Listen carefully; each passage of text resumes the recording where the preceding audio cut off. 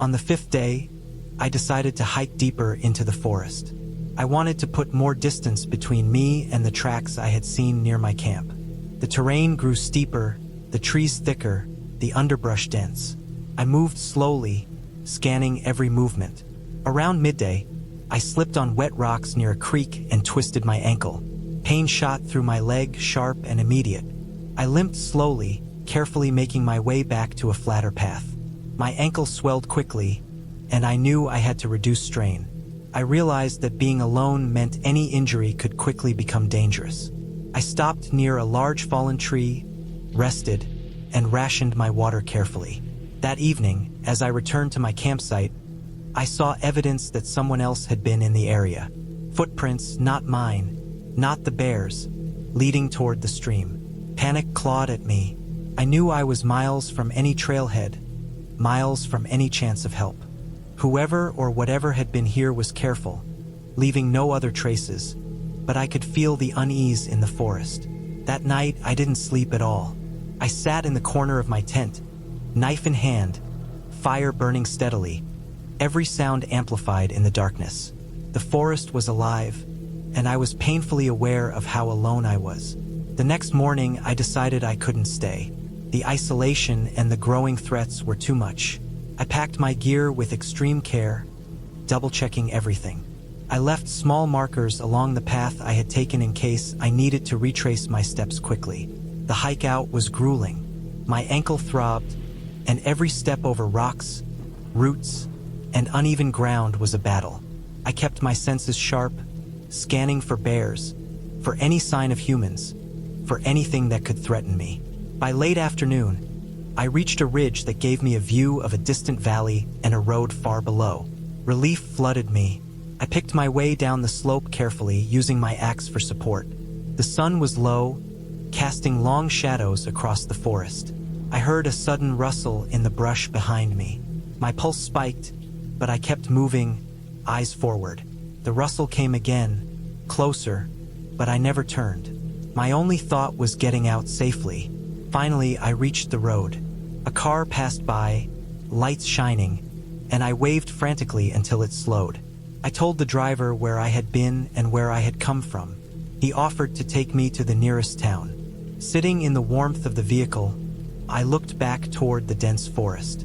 I realized how easily the wilderness could kill someone who was unprepared, and how careful one had to be even when they thought they were ready. That night, I slept in a motel, the warmth and safety of four walls almost foreign after so many days in the wild. I cleaned my gear, tended my ankle, and reflected on what had happened. The experience had been terrifying, yes, but it had also been a profound test of endurance, patience, and awareness. I had survived because I stayed calm, stayed prepared, and respected the forces around me, both animal and human. I realized that isolation magnifies every sound, every shadow, every heartbeat. It is both beautiful and dangerous. I never returned to that exact spot, but I kept camping, always further from people, always cautious, always aware of what I had faced. And every time I set up my tent, light my fire, and listened to the forest around me, I remembered the fear, the cold, the sounds, and the hard-earned lesson.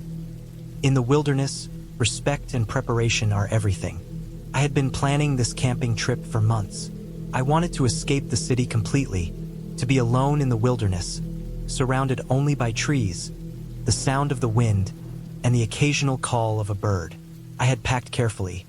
A sturdy tent, sleeping bag, food for 3 days, water purification tablets, a first aid kit, a flashlight with extra batteries, a portable stove, and an old compass that had belonged to my grandfather.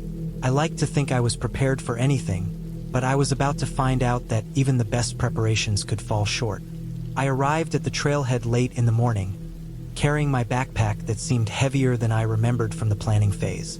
The air smelled clean and crisp, with a faint hint of pine. The trailhead was empty, not a single car or hiker in sight, which was exactly what I wanted. I set off, feeling a thrill as my boots crunched on the gravel. At first, the hike was peaceful. Sunlight filtered through the thick canopy above, creating dappled patterns on the dirt trail. Birds chirped in the distance, and occasionally, I caught the rustle of a small animal in the underbrush. I moved deliberately, taking care to note the turns in the trail and the landmarks around me so I wouldn't get lost. Around midday, I stopped near a small creek to rest and eat some of the food I had packed. I leaned back on a rock, letting the water's gentle gurgle calm me. I had hiked for hours, and though I was tired, I felt alive in a way the city never allowed. After eating, I refilled my water bottle, checked my map, and set off again, deeper into the forest. The further I walked, the less marked the trail became. I began noticing that some sections were overgrown, branches scraping my arms as I pushed through. The quiet of the forest started to feel heavier, almost oppressive, but I shrugged it off. It was normal to feel a little uneasy when alone in such dense woods. By late afternoon, I found a clearing that seemed perfect for setting up camp. It was surrounded by tall pines, with soft moss covering the ground and a gentle slope leading down to a shallow stream. I unpacked my gear, pitched my tent, and arranged my supplies. As the sun began to dip, the forest changed. Shadows lengthened, and the sounds of birds faded, replaced by the occasional snap of twigs under some unseen animal's feet. I built a small fire, the smoke curling into the darkening sky, and ate a quick meal. Sitting there, I felt a mixture of satisfaction and nervousness, the type of nervousness that comes with being completely alone, relying on yourself entirely. Night fell quickly. I extinguished the fire before it got too late, not wanting to attract attention from wildlife, and crawled into my sleeping bag. The forest at night was alive with noise. Insects buzzing, leaves rustling, branches creaking, and the distant sound of some animal calling. It was unlike anything in the city. I lay awake for a long time, listening, imagining the shapes and movements outside my tent. Eventually, I drifted into a restless sleep. I woke suddenly around 2 in the morning. Something was wrong. My stomach tightened, my senses on edge. I could hear at first, a rustling just outside the tent. Not a soft rustle, but a deliberate, heavy movement, like something large was walking through the underbrush. My heart pounded, but I forced myself to breathe slowly. I reminded myself it could be a deer or a bear, something that was just curious or passing through. I reached for my flashlight, my hands shaking, and slowly unzipped the tent. The beam cut through the darkness and I scanned the area. Nothing moved in the immediate clearing, but beyond, shadows shifted among the trees. I told myself to stay calm, to stay inside, and that making noise could provoke whatever it was. The rustling didn't stop. If anything, it seemed closer, circling the tent. I grabbed my knife, holding it out, and listened. Every crack of a branch sent a jolt of fear through me. The forest, which had felt peaceful and inviting during the day, now seemed alive and hostile. I couldn't see anything clearly, but I could hear the deliberate, slow steps moving around the clearing, circling like a predator testing its prey. My mind raced, imagining scenarios I hoped were impossible.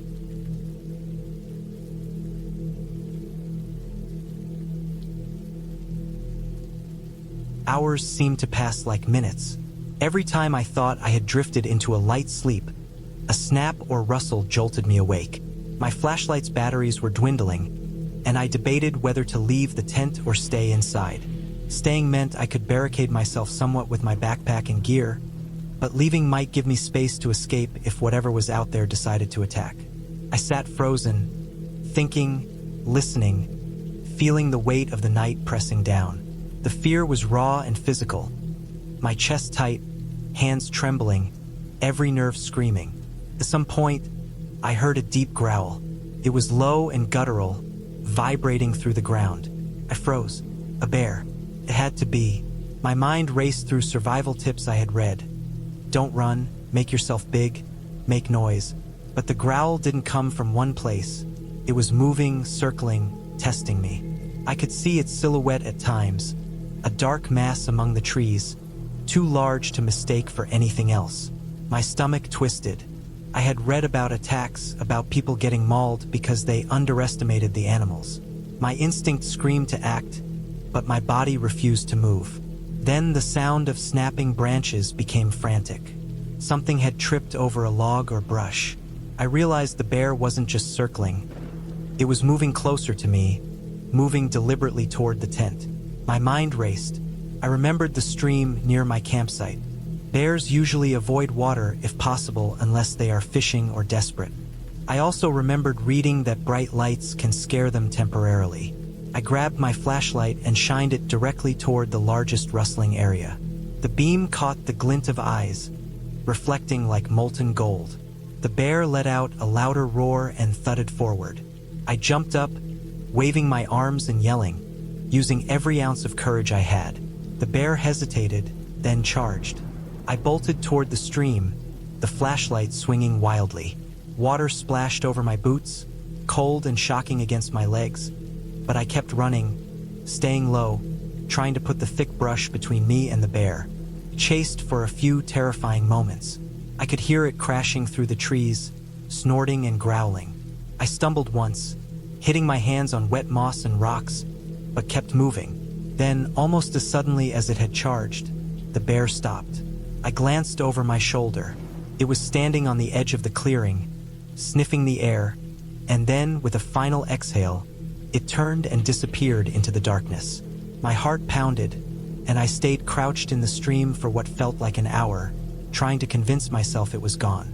Dawn finally arrived, weak and gray through the dense canopy. I was exhausted, soaked, and shaking, but alive.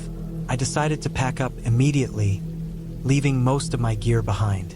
I followed the trail I had come in on, moving carefully but quickly, constantly scanning the forest for any movement. Every snap of a branch made me jump. The forest that had seemed serene and beautiful yesterday now felt threatening and unforgiving. After hours of careful walking, I reached the main trailhead. My legs ached, my hands were scratched, but the sight of my car waiting felt like salvation. I collapsed into the driver's seat, breathing heavily, my mind replaying every sound, every movement from the night. I realized how fragile life could be in the wilderness, how small mistakes or assumptions could turn a peaceful camping trip into a fight for survival. I drove home slowly, still alert, every shadow along the road making me tense. By the time I reached my apartment, the sun was fully up. I unloaded my gear, shaking slightly, and called in sick for the day, just to recover. In the following weeks, I couldn't stop thinking about that night. I went back to the forest once, but only in daylight and only on well-marked trails. I learned to respect the wilderness, to understand that while it offers beauty and solitude, it also carries real dangers. Even months later, I could still hear the echo of the bear's growl in my mind, the cold water of the stream splashing against me, and the feeling of being completely alone, hunted in a forest that had seemed friendly and quiet the day before. I never underestimated the wilderness again, and I always made sure to carry more than enough protection and to avoid camping in areas where I couldn't see what was around me. The experience changed me, made me more cautious, more aware, and more grateful for the life I had. I had been planning this camping trip for months. I wanted a place far from any roads, far from towns, and far from people. I wanted silence, and I wanted to test myself against the kind of isolation that most people avoid. I found a remote national forest that seemed perfect on the map. The area was hundreds of miles from the nearest town, and the forest there was dense, old, and deep. There were rivers and creeks, ridges and cliffs, and the type of wilderness that most people only see in pictures or on survival shows. I packed my gear carefully. A heavy-duty tent, sleeping bag rated for cold nights, enough food for a week, a portable stove, water purification tablets, extra batteries, a first aid kit, and a small axe. I also brought a hunting knife strapped to my belt, not because I expected trouble, but because I wanted to feel prepared for anything. The drive was long, over hundreds of miles of winding highways, then smaller roads, then a gravel track that finally ended at a trailhead. The trail itself was narrow, almost forgotten in parts, and overgrown with brush. I parked my car, locked it, and shouldered my pack. The air smelled different here, fresher but heavier with pine and wet earth. Every step on the trail felt heavy at first. My pack was loaded with enough supplies to survive alone for a week, and I could feel its weight in my shoulders and back. The sun was high when I started, but by the time I had walked a couple of miles, the shadows between the trees were already long. I found a small clearing that seemed like a good spot to set up camp. It was surrounded on 3 sides by trees, a natural barrier against the wind, and on the 4th side, there was a small stream. The water ran cold and clear over smooth rocks. I set up my tent as quickly as I could, hammering the stakes into the rocky ground, careful to make sure it was level. I stacked firewood I found nearby, dry sticks and logs that would burn easily. By the time I had finished, the sun was low, the shadows stretching across the forest floor. The forest was quiet, but not empty. I could hear the occasional rustle of leaves, the distant snap of a twig, the quiet splash of water as something large moved through the stream upstream. It wasn't threatening yet, but the sounds reminded me that I wasn't alone. The first night was cold. I lit a small fire and cooked a simple meal of rice and canned beans. The flames crackled, throwing light across the clearing and casting strange shadows on the trees. I lay back in my sleeping bag, listening to the forest, feeling the heaviness of isolation pressing against me. Hours passed, and the usual sounds of nocturnal animals surrounded me. Owls called in the distance, and somewhere nearby, the howl of a coyote echoed, sharp and lonely. Sleep came in fits.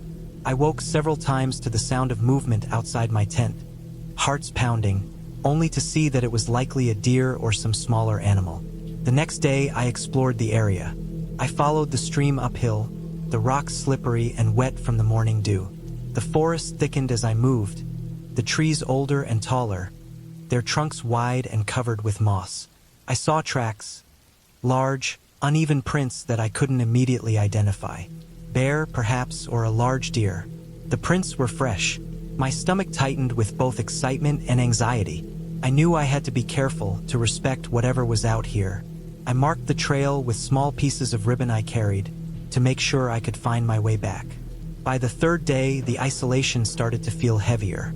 There was a subtle tension that came from being completely alone in the wilderness. My ears caught every snap of a branch, every rustle in the brush. At night, the darkness pressed against my tent like a living thing. I double-checked my tent stakes, my knife, my firewood. I kept my phone close, though there was no signal, a useless lifeline. Sleep became harder to find, my imagination filling in noises I could not identify. The forest seemed calm, but I knew calm was deceptive. That night, I heard something unusual, a deep, low growl not far from my tent. It was too deliberate to be random. My first thought was bear, but it sounded closer than it should be for a bear passing through. I stayed very still, my body tense, listening. The growl came again, followed by the sound of heavy breathing. My heart raced. I grabbed my knife, held it tight, and whispered to myself that I needed to stay calm. The noise circled my tent, moving slowly, deliberate, and then stopped. I didn't sleep the rest of the night. The following day, I found large prints near the stream, unmistakably bear prints.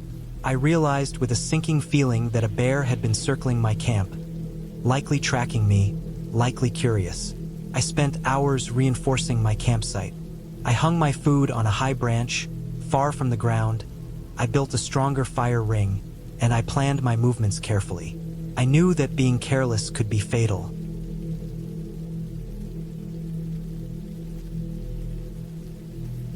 On the 5th day, I decided to hike deeper into the forest.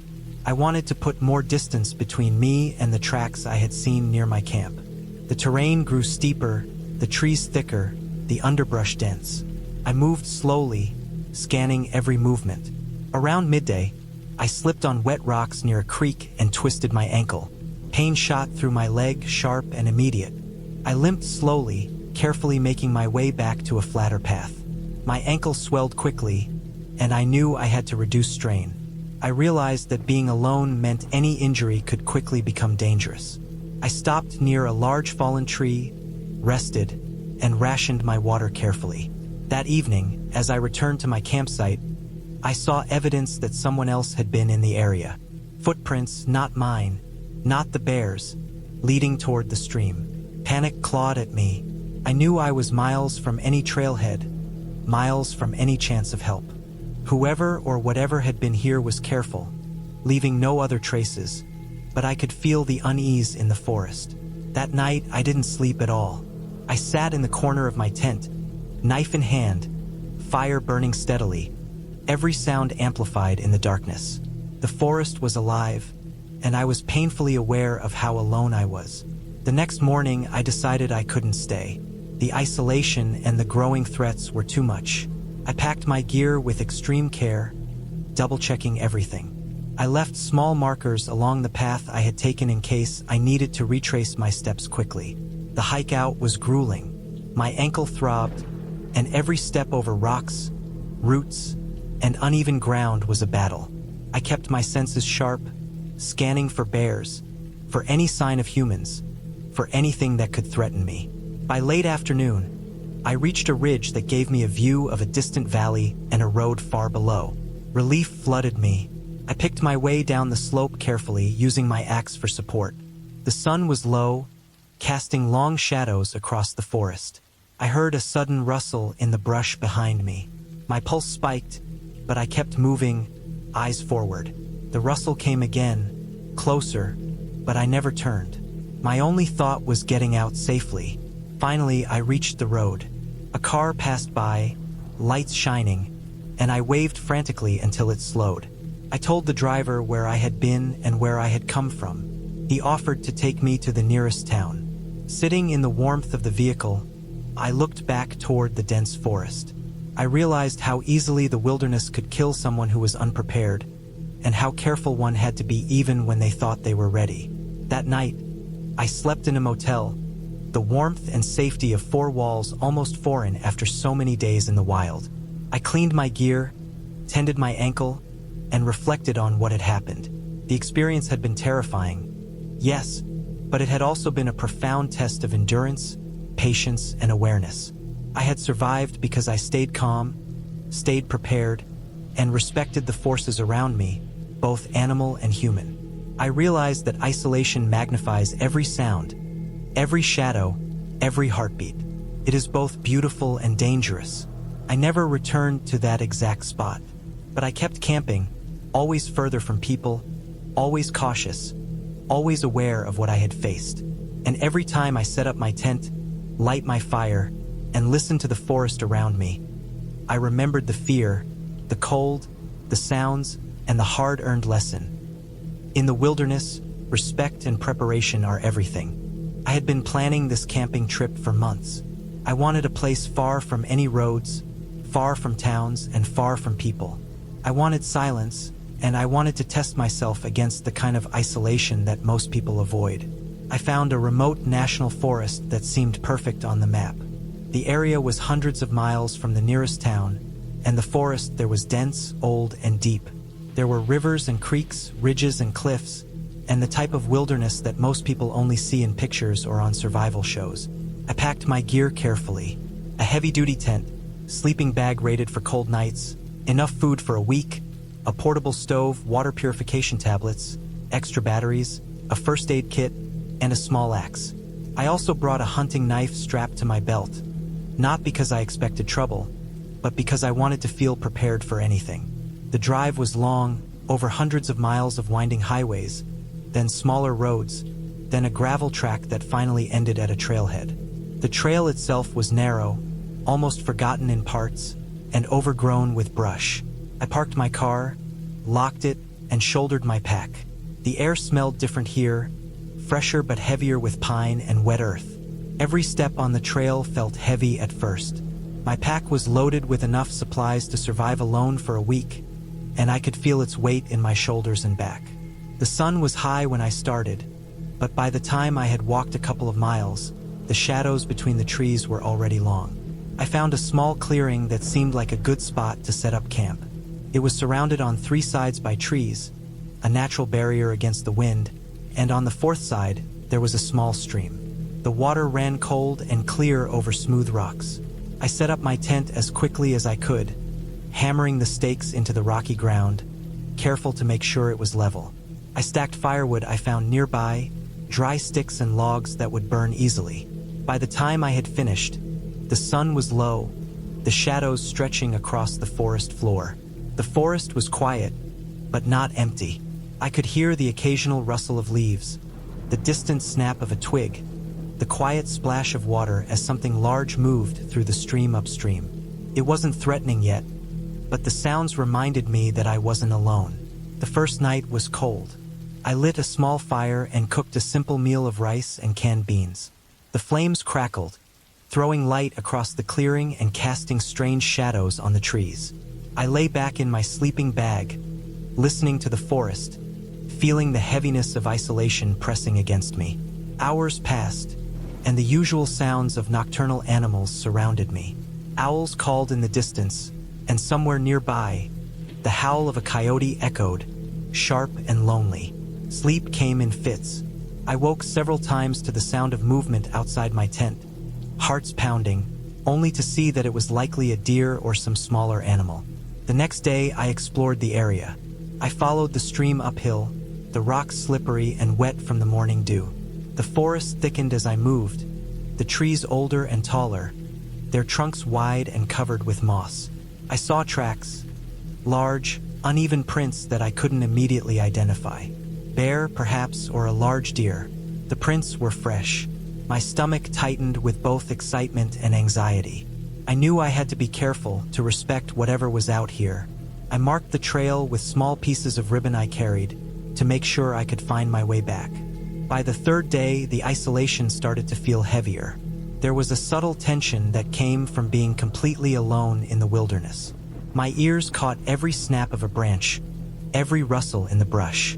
At night, the darkness pressed against my tent like a living thing. I double-checked my tent stakes, my knife, my firewood. I kept my phone close, though there was no signal, a useless lifeline. Sleep became harder to find, my imagination filling in noises I could not identify. The forest seemed calm, but I knew calm was deceptive. That night, I heard something unusual, a deep, low growl not far from my tent. It was too deliberate to be random. My first thought was bear, but it sounded closer than it should be for a bear passing through. I stayed very still, my body tense, listening. The growl came again, followed by the sound of heavy breathing.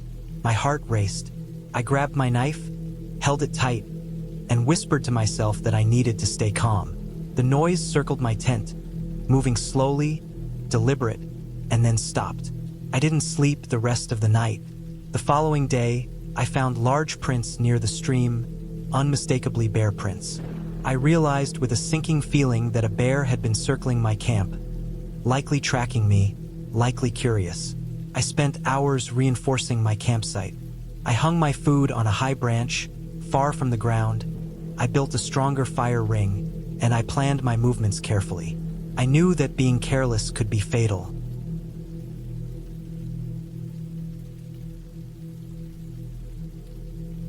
I had been planning this camping trip for months. I wanted to escape the city completely, to be alone in the wilderness, surrounded only by trees, the sound of the wind, and the occasional call of a bird. I had packed carefully. A sturdy tent, sleeping bag, food for 3 days, water purification tablets, a first aid kit, a flashlight with extra batteries, a portable stove, and an old compass that had belonged to my grandfather. I liked to think I was prepared for anything, but I was about to find out that even the best preparations could fall short. I arrived at the trailhead late in the morning, carrying my backpack that seemed heavier than I remembered from the planning phase. The air smelled clean and crisp, with a faint hint of pine. The trailhead was empty, not a single car or hiker in sight, which was exactly what I wanted. I set off, feeling a thrill as my boots crunched on the gravel. At first, the hike was peaceful. Sunlight filtered through the thick canopy above, creating dappled patterns on the dirt trail. Birds chirped in the distance, and occasionally, I caught the rustle of a small animal in the underbrush. I moved deliberately, taking care to note the turns in the trail and the landmarks around me so I wouldn't get lost. Around midday, I stopped near a small creek to rest and eat some of the food I had packed. I leaned back on a rock, letting the water's gentle gurgle calm me. I had hiked for hours, and though I was tired, I felt alive in a way the city never allowed. After eating, I refilled my water bottle, checked my map, and set off again, deeper into the forest. The further I walked, the less marked the trail became. I began noticing that some sections were overgrown, branches scraping my arms as I pushed through. The quiet of the forest started to feel heavier, almost oppressive, but I shrugged it off. It was normal to feel a little uneasy when alone in such dense woods. By late afternoon, I found a clearing that seemed perfect for setting up camp. It was surrounded by tall pines, with soft moss covering the ground and a gentle slope leading down to a shallow stream. I unpacked my gear, pitched my tent, and arranged my supplies. As the sun began to dip, the forest changed. Shadows lengthened, and the sounds of birds faded, replaced by the occasional snap of twigs under some unseen animal's feet. I built a small fire, the smoke curling into the darkening sky, and ate a quick meal. Sitting there, I felt a mixture of satisfaction and nervousness, the type of nervousness that comes with being completely alone, relying on yourself entirely. Night fell quickly. I extinguished the fire before it got too late, not wanting to attract attention from wildlife, and crawled into my sleeping bag. The forest at night was alive with noise. Insects buzzing, leaves rustling, branches creaking, and the distant sound of some animal calling. It was unlike anything in the city. I lay awake for a long time, listening, imagining the shapes and movements outside my tent. Eventually, I drifted into a restless sleep. I woke suddenly around 2 in the morning. Something was wrong. My stomach tightened, my senses on edge. I could hear at first a rustling just outside the tent. Not a soft rustle, but a deliberate, heavy movement, like something large was walking through the underbrush. My heart pounded, but I forced myself to breathe slowly. I reminded myself it could be a deer or a bear, something that was just curious or passing through. I reached for my flashlight, my hands shaking, and slowly unzipped the tent. The beam cut through the darkness and I scanned the area. Nothing moved in the immediate clearing, but beyond, shadows shifted among the trees. I told myself to stay calm, to stay inside, and that making noise could provoke whatever it was. The rustling didn't stop. If anything, it seemed closer, circling the tent. I grabbed my knife, holding it out, and listened. Every crack of a branch sent a jolt of fear through me. The forest, which had felt peaceful and inviting during the day, now seemed alive and hostile. I couldn't see anything clearly, but I could hear the deliberate, slow steps moving around the clearing, circling like a predator testing its prey. My mind raced, imagining scenarios I hoped were impossible. I had been planning the trip for weeks. I needed to get out of the city, away from the constant noise, the endless traffic, the blaring sirens, and the bright lights. Work had been draining me, and even when I slept, I could feel it gnawing at me. Emails piling up, deadlines looming, everything blending together in one gray blur. I wanted to disappear for a while, even if only for a few days.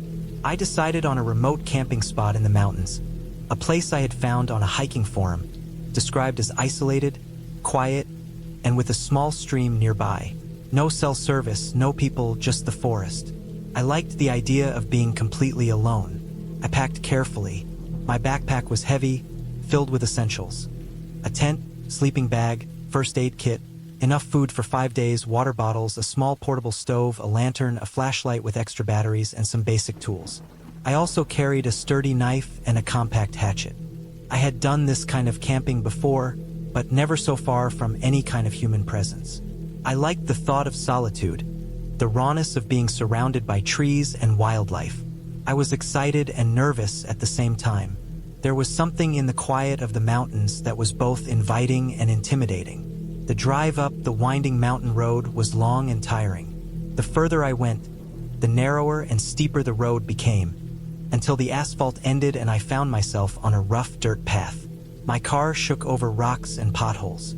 The sun was already low when I parked near the trailhead. I looked around. The forest was dense, the trees towering above me, their branches rustling in the wind. A thin mist clung to the ground. I strapped on my backpack, checked my map and compass, and started walking. The trail was narrow and covered in pine needles. The scent of damp earth and pine filled the air. Birds had grown quiet, replaced by the soft sound of the wind moving through the trees. I hiked for hours, the slope gradually getting steeper. My legs burned, but I kept pushing. I wanted to reach the site before nightfall. The trail was almost empty of any signs of other humans, except for occasional broken branches or footprints that might have been days old. My flashlight sat on my backpack strap, ready in case the darkness caught me. By the time I reached a small clearing near the stream, the sun had fully set. Shadows stretched across the forest floor. I felt a strange mix of relief and unease. Relief because I had reached my campsite and could finally rest, and unease because the forest had changed in the fading light. It felt alive in a way I wasn't accustomed to. I set up my tent carefully, hammering stakes into the soft ground. I arranged my sleeping bag inside, checked that my food and supplies were organized, and lit my small camp stove. The warmth of the fire was comforting, and I sat for a while, eating a simple meal of rice, canned beans, and some jerky. The stream beside me gurgled softly. The air was cold, and my breath hung in little clouds. Above me, the stars were visible through the gaps in the tree canopy. It was beautiful and peaceful, and I felt a sense of satisfaction. I was here, alone, far away from everything. I cleaned up, making sure to pack all food and trash securely in my backpack. I didn't want to attract wildlife. Bears, especially, could be a problem, though the forum posts mentioned that sightings were rare in this area. I had my knife and hatchet nearby, just in case.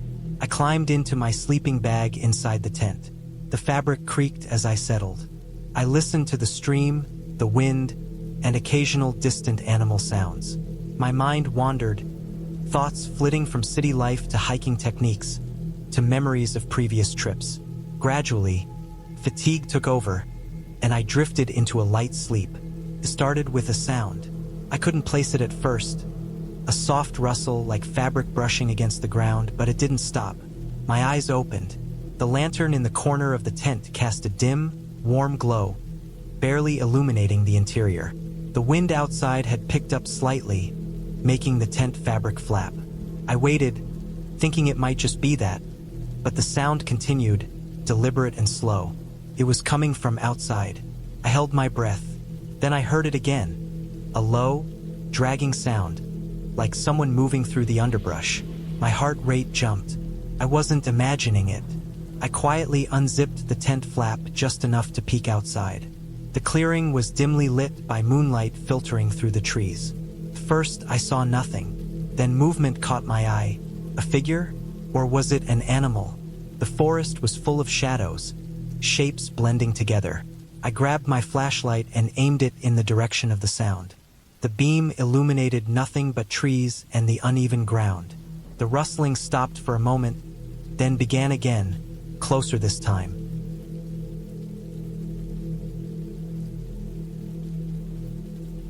The sun was low in the sky when I finally reached the small clearing I had been aiming for. The hike had taken longer than I expected. More than 6 hours of winding through uneven trails, crossing shallow streams, and climbing over fallen trees. My legs were tired, my boots soaked from the damp undergrowth, and my backpack, heavy with supplies, pressed painfully against my shoulders. Despite the exhaustion, I felt a small thrill of excitement. I had been planning this solo camping trip for months. No phone signal, no distractions, just me, the forest, and the night. I dropped my pack on a flat patch of ground near a cluster of pine trees and immediately began searching for a suitable spot to pitch my tent. The soil was firm, scattered with needles and small rocks, and the surrounding trees offered some natural shelter from the wind. I cleared a patch of debris, making sure there were no sharp stones or roots that could damage the tent floor. I set it up carefully, checking every corner and stake, making sure it was secure. I had always taken camping seriously. I knew that a poorly set up tent could turn a simple night into a miserable struggle. After finishing the tent, I unpacked my sleeping bag, folded the extra blankets neatly, and arranged my food supplies in a waterproof bag. I had packed more than enough freeze-dried meals, some energy bars, plenty of water, and a small portable stove. I wanted to be prepared for anything. As the sun continued to sink, painting the sky in shades of orange and pink, I decided to gather firewood. I walked through the nearby underbrush, careful to collect only dry, sturdy sticks and logs. The forest floor was littered with fallen branches, but I knew that damp wood wouldn't sustain a fire, and a weak fire at night could become a serious problem. By the time I returned to my campsite, dusk had settled in completely. I arranged the fire pit I had dug earlier, forming a small ring of stones to contain the flames. Lighting the fire was always satisfying. The spark of the lighter, the smell of dry wood catching alight, the warmth slowly radiating outward. I cooked a simple meal of pasta with dehydrated vegetables and tuna, taking my time to savor each bite. I ate slowly, listening to the forest around me. Birds had long since gone silent, replaced by the subtle sounds of night. Rustling leaves, distant snaps of branches, and the occasional call of an owl. After dinner, I cleaned up and put all my food back in the waterproof bag, storing it in a tree at least 10 feet off the ground, away from curious animals. Bears were rare in this area, but it was better to be cautious. The fire crackled and popped as I added more wood, providing both warmth and a sense of security. Sitting there, watching the flames dance, I felt an odd mixture of serenity and tension. Being alone in the wilderness was peaceful, yes, but it also demanded constant awareness. A single mistake could lead to injury or worse. As the night deepened, I decided to take a short walk around the perimeter of my campsite. The forest was darker than I had imagined, shadows stretching out in every direction. I kept the flashlight in hand, sweeping its beam over the terrain, listening for unusual sounds. The forest at night was alive in ways that were almost imperceptible during the day. The scratching of small animals through leaves, the rustle of larger creatures moving carefully, almost silently, in the distance. I stayed alert, knowing that every step I took was on uneven ground, full of potential hazards. Returning to the campsite, I noticed something strange. My fire had dimmed slightly, the logs smoldering, not burning as brightly as before. I added more wood, shaking off the uneasy feeling creeping up my spine. I told myself it was normal. Fires needed tending, but I couldn't shake the sense that I wasn't alone. The forest seemed quieter now, as if holding its breath. I scanned the treeline but saw nothing. Settling into my sleeping bag later that night, I kept the flashlight close, along with a small hatchet for protection. The forest was pitch black, and the fire had burned down to glowing embers. I tried to sleep, but the tension made my mind restless. Every rustle, every snap of a twig sounded unnaturally loud. I realized that being alone in the wilderness required not only physical preparation but mental fortitude. Fear, I knew, was dangerous here. It could make someone careless, and carelessness could be fatal. Around midnight, the noises grew closer. Not the distant rustling of small animals, but heavier steps, deliberate and slow. My heart pounded as I tried to rationalize it. Could it be a deer? No, deer rarely approached human campsites. A bear? Possible, but I had secured my food, and the creature would likely stay away. Still, the sound continued, circling my camp, coming closer and then retreating, then returning. I gripped my hatchet tightly, waiting, tense, trying not to breathe too loudly. Hours passed like this. I never saw the source of the sounds, but their persistence kept me awake. Every crack of a branch made me flinch. I realized I had underestimated how intense being alone at night in a forest could feel. Even simple sounds took on a menacing quality. My imagination worked against me, conjuring scenarios I tried hard to dismiss. An animal trapped nearby, a wandering human with ill intentions. The rational part of my mind fought against fear, but fear has a way of clawing past reason when the darkness closes in. By the early hours of the morning, exhaustion finally overtook me. I drifted in and out of sleep, always partially alert, aware of the slightest disturbance. Morning light finally began filtering through the trees, turning the darkness into muted shades of green and brown. I was relieved but tense, my body sore from sleeping on the uneven ground. I immediately checked the campsite. Nothing had been disturbed. My food was still secured, the fire pit intact, and no obvious tracks were near. Whatever had made the noises last night had moved on, or perhaps it had been watching silently from a distance.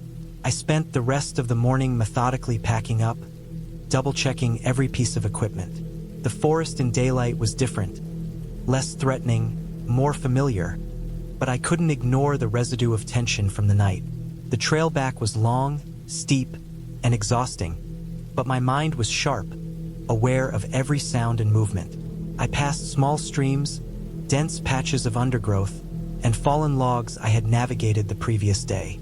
Every step was deliberate, my pace steady, and I kept my hatchet and flashlight easily accessible. Hours later, I finally emerged from the forest, back onto the wider trail that led to the parking area.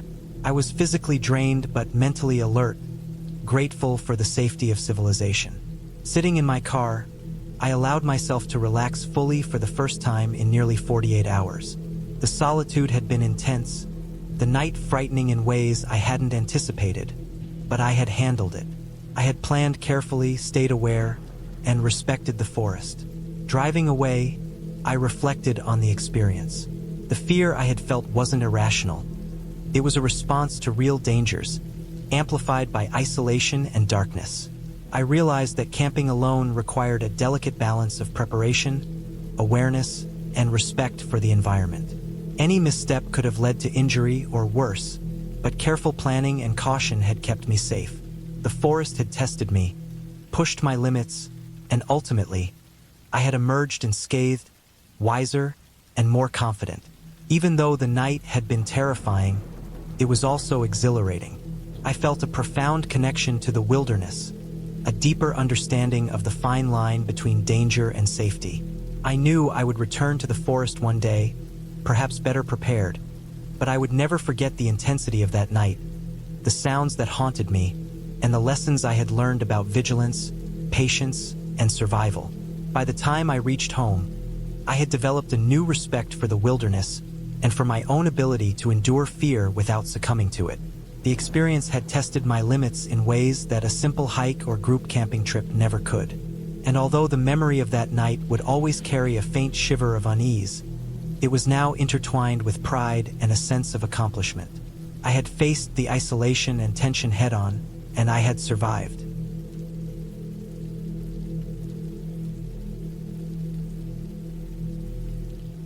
I had always liked the idea of camping alone. The quiet of the forest, the way the wind moved through the trees, the feeling of being completely cut off from the rush of the world. It all felt like freedom. I decided on a small, remote national forest that I had read about online.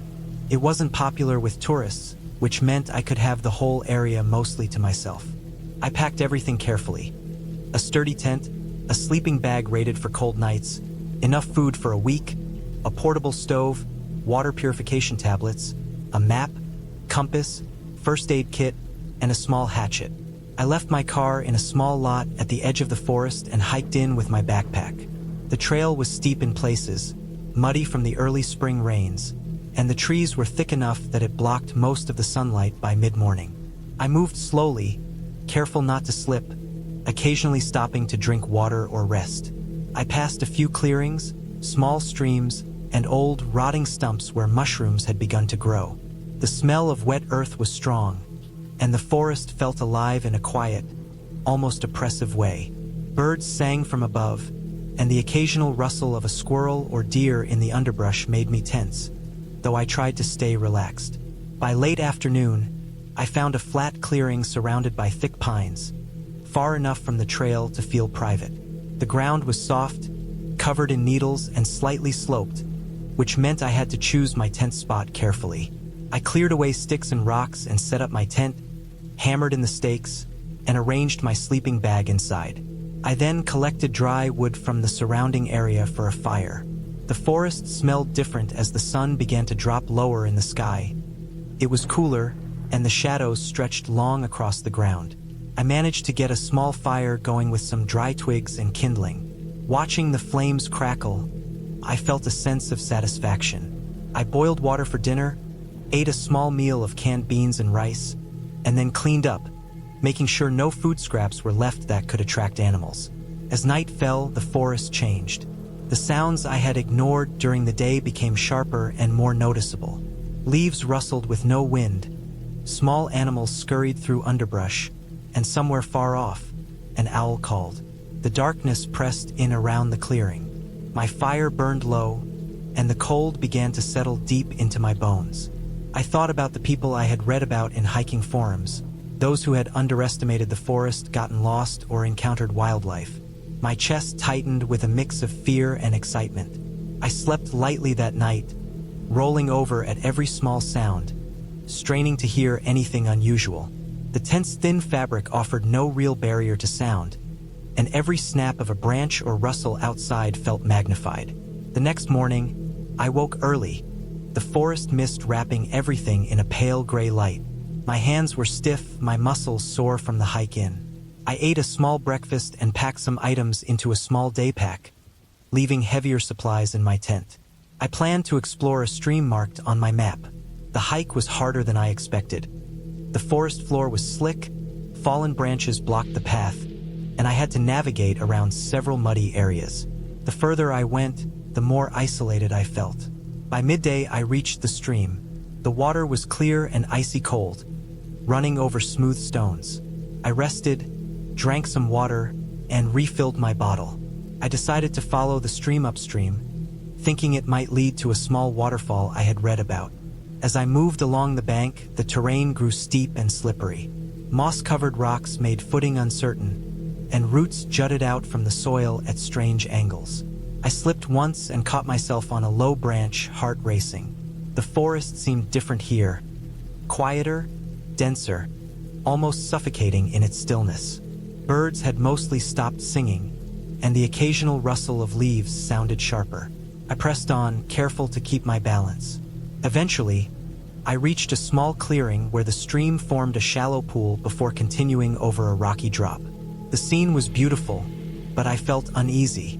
I could hear movement behind me, branches snapping, leaves rustling. But when I turned, no one was there. I told myself it was just a deer or a squirrel, though the sound had seemed larger than any animal I had seen. I stayed there only long enough to take a few photos and drink some water, then carefully backtracked to return to my campsite. That evening, the feeling of unease from earlier returned. I noticed small signs that something had been near my camp. Footprints in the soft earth around my tent, too large to be any normal animal, and broken branches in the trees surrounding the clearing. I felt a surge of adrenaline. I reinforced my fire and kept it burning as high as possible, moved my tent slightly to a less visible location, and kept my hatchet close at hand. The night was long. Every rustle, every sound, set my heart racing. I tried to sleep but only managed short, anxious naps. At one point, I thought I saw a dark figure moving between the trees. I froze, staring into the blackness, trying to convince myself it was my imagination, a trick of the firelight. The figure didn't move like an animal, seemed too deliberate, watching me. I stayed completely still, holding my hatchet, willing the fire to stay alive. By morning, it had vanished, leaving only faint tracks leading deeper into the forest. The next day, I debated whether to leave or stay. My curiosity pushed me forward, but my fear weighed heavily. I decided to pack up and hike to a nearby ridge marked on my map. I reasoned that from higher ground, I could get my bearings and see the best way back to the trail. The hike was exhausting. Loose soil, fallen logs, and steep inclines made progress slow. My water supply was running low, and my stomach protested the meager breakfast I had eaten. Around midday, I reached the ridge. The view was stunning. Rolling hills, dense forests, and the distant glint of a river winding through the valley. But as I scanned the landscape, I noticed movement, figures or shadows between the trees. At first, I thought it might be wildlife, but the shapes were upright, moving with intent. My chest tightened. I realized that I might not be alone in this forest. Panic set in. I debated fleeing back the way I came, but the thought of retracing my steps through slippery terrain and uneven ground made me hesitate. I could feel my heart pounding in my chest, adrenaline surging. I gathered my courage and started descending the ridge slowly, careful not to slip. I kept my hatchet in hand, ready for anything, scanning the tree line constantly. The forest seemed alive with threats, every sound amplified, every shadow suspicious. I stumbled once, nearly falling, and when I looked up, I saw a figure moving quickly toward me from between the trees. My mind raced. I ran, slipping and sliding down the slope, the figure following. My breathing was ragged, my legs burning with exertion. I barely noticed the scratches on my arms and legs from branches as I pushed forward, desperate to reach a safer area. Finally, I broke out onto a flatter section of trail, the kind I had seen when first hiking in. The figure, or figures, stopped at the tree line. I didn't stop. I ran until my lungs were screaming, my legs trembling. Hours passed. I kept moving, keeping the sun in front of me to avoid losing my sense of direction. I followed the sound of running water, hoping it would lead me back to the stream near my campsite, then to the trail. When I finally emerged onto the main trail late in the afternoon, I was exhausted, covered in dirt and scratches, and trembling uncontrollably. I looked back, but the forest was silent. No movement, no figures, nothing. I collapsed on a large rock, gasping for air, relief washing over me. I didn't go back to my original campsite. I hiked as quickly as I could toward the parking lot, sticking to the main trail and avoiding side paths. By nightfall, I reached my car. My body was battered, scratched, and sore, but I felt overwhelming relief. I locked the doors, checked that nothing had followed me, and started the drive home. The adrenaline still coursing through my veins made the car feel like a cage, but it was a safe one. When I finally reached my apartment, I unpacked slowly. Every scratch, every ache, reminded me of how fragile my safety had been. I documented everything in my journal, trying to make sense of the experience. The forest had been beautiful and terrifying, a place of quiet danger I hadn't fully appreciated. I realized that my desire for solitude had blinded me to the real risks. Isolation, wildlife, unpredictable terrain, and the possibility of encountering other humans with unknown intentions.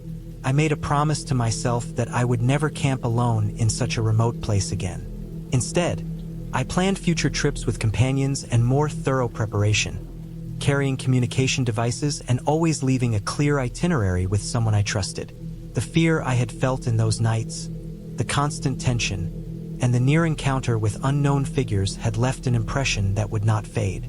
The forest could be beautiful, but it could also be dangerous in ways I had never considered. That experience changed how I approached the outdoors forever.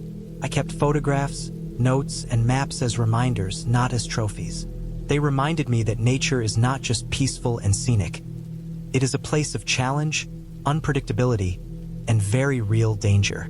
And that is the lesson I carry with me whenever I plan any outdoor adventure.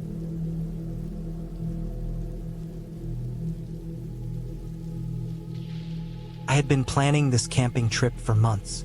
I wanted a real escape, somewhere far from people, where I could be alone with nature and myself.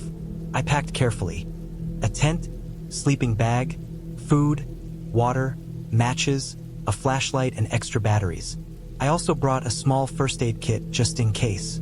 I thought I was ready for anything. The forest I chose was known for being dense, with trails that twisted and turned through old pines and thick undergrowth. It wasn't a popular spot, which was exactly what I wanted. I arrived late in the afternoon, the sun already low in the sky, sending long golden rays through the trees. I parked my car at the edge of a barely visible dirt path, grabbed my gear, and began the hike in. The trail was overgrown in places, fallen branches crunched under my boots, and the smell of damp earth and pine filled the air. Birds called overhead, and every now and then I glimpsed a squirrel or rabbit darting across the path. It was beautiful, peaceful, and exactly the kind of isolation I had been craving. After about an hour, I found a small clearing by a creek. The sound of water trickling over rocks was soothing. It seemed like a perfect place to set up camp. I unpacked my gear and pitched my tent, carefully staking it into the soft ground. The sun was slipping further behind the trees, and shadows stretched across the forest floor. I started a small fire with dry kindling I found nearby, listening to the pop and crackle as it took hold. I felt a sense of accomplishment as I cooked a simple meal of canned beans and bread over the flames, my stomach finally settling after the long hike. The first night was quiet, the kind of quiet that felt almost too complete.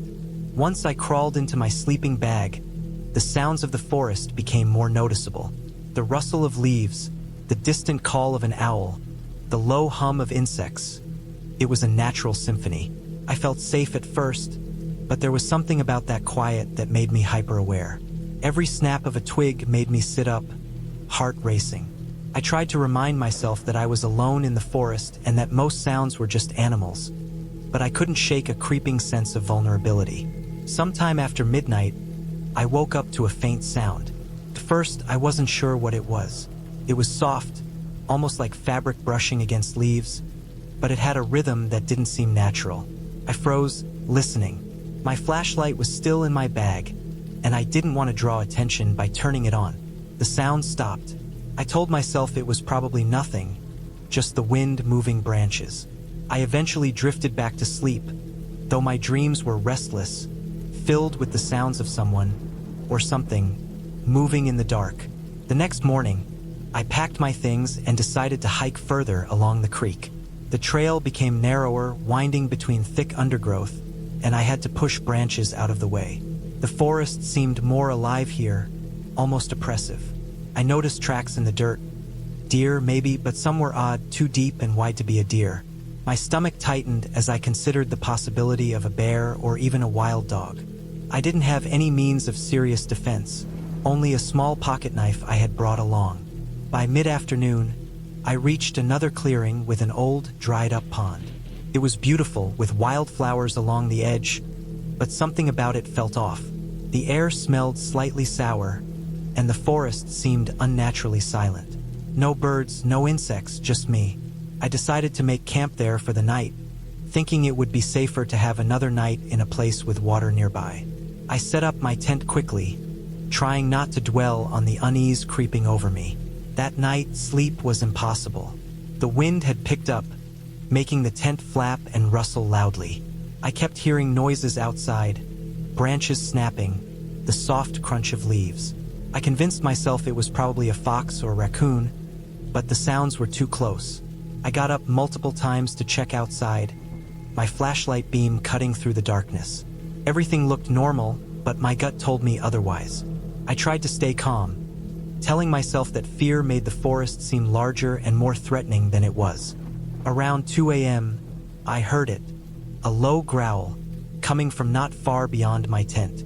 My heart slammed against my ribs. I froze, holding my breath. It was a deep, guttural sound, unlike anything I had heard from normal forest animals. It circled the tent, stopping at times, then moving again. I wanted to leave to get back to my car, but the darkness outside was thick and absolute, making it impossible to see a clear path. I felt trapped. I remembered the emergency whistle I had packed and held it tightly, ready to blow if something came too close. Hours passed slowly. Every sound made me jump. The wind, an animal, even a falling pine cone. My mind raced, thinking of every possible worst-case scenario. I tried to stay awake, moving quietly, keeping my knife in hand. At some point, the growling faded, leaving only the ambient noises of the forest. But I couldn't relax. My body was tense, every nerve alert. Morning came eventually, and with it a sense of relief. The sun filtered through the trees, casting warm light over the clearing. I packed quickly, not stopping for breakfast, my priority to leave the area as fast as possible. As I retraced my steps along the narrow trail, I spotted fresh tracks. Large paw prints in the mud. Not a bear, not a wolf, something else entirely. I couldn't identify them, but they made my stomach churn. I moved faster, almost running now, adrenaline pumping through me. The hike back to my car felt endless. Every crack of a branch, every rustle in the brush made me flinch. By late afternoon, I finally saw the edge of the forest and my car parked where I had left it. Relief washed over me in a way that made my knees weak. I didn't waste time gathering my gear. I shoved everything into the trunk and got in the driver's seat. The engine roared to life, and I didn't stop driving until the forest was far behind me.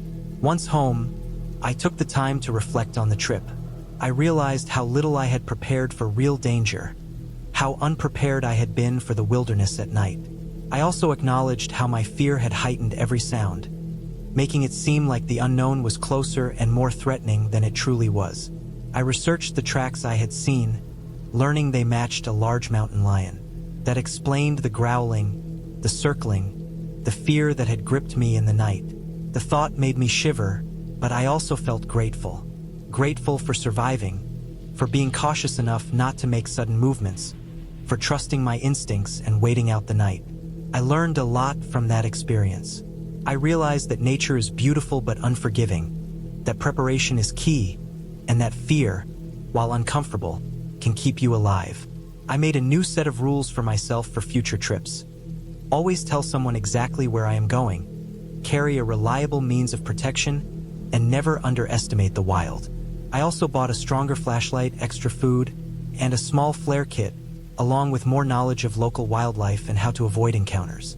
Over time, the memory of that night stayed with me, not as a haunting experience, but as a lesson. I knew that I had faced a real danger and had survived through caution and presence of mind. Every time I go camping now, I carry that memory as a reminder to respect the forest, to never let complacency creep in, and to be alert at all times. I don't tell many people about the growl, the circling in the dark, or the paw prints in the mud, but it has shaped the way I approach the outdoors forever. The forest is still beautiful. The streams, the trees, the quiet of the woods. It's still alluring, but I no longer go in blind. I respect it now, understanding that real danger is not a story or a ghost, but something tangible, something that can make or break you if you aren't careful. I survived that night, and the knowledge of it has stayed with me, sharpening my instincts, teaching me patience, caution, and respect. That night, I learned that the wilderness has rules, and survival depends on how well you understand them. Even now, I can't fully describe the fear I felt, the way my heart raced, the way the night seemed endless, or the adrenaline that kept me alert until the first light of day. But I also can't forget the clarity I gained.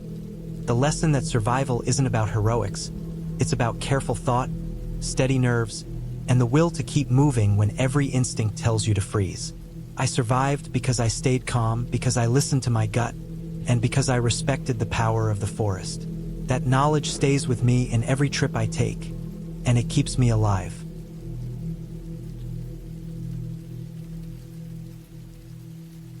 I had been planning this camping trip for months, and I thought I had prepared for almost everything.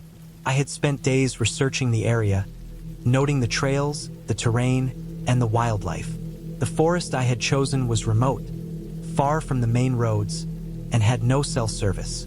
I liked it that way. I wanted the isolation, the escape from the endless noise of the city. I wanted silence, darkness, and a chance to push myself alone into the wilderness. The plan was simple: a 3-day solo trip with a small backpack, a tent, and basic supplies.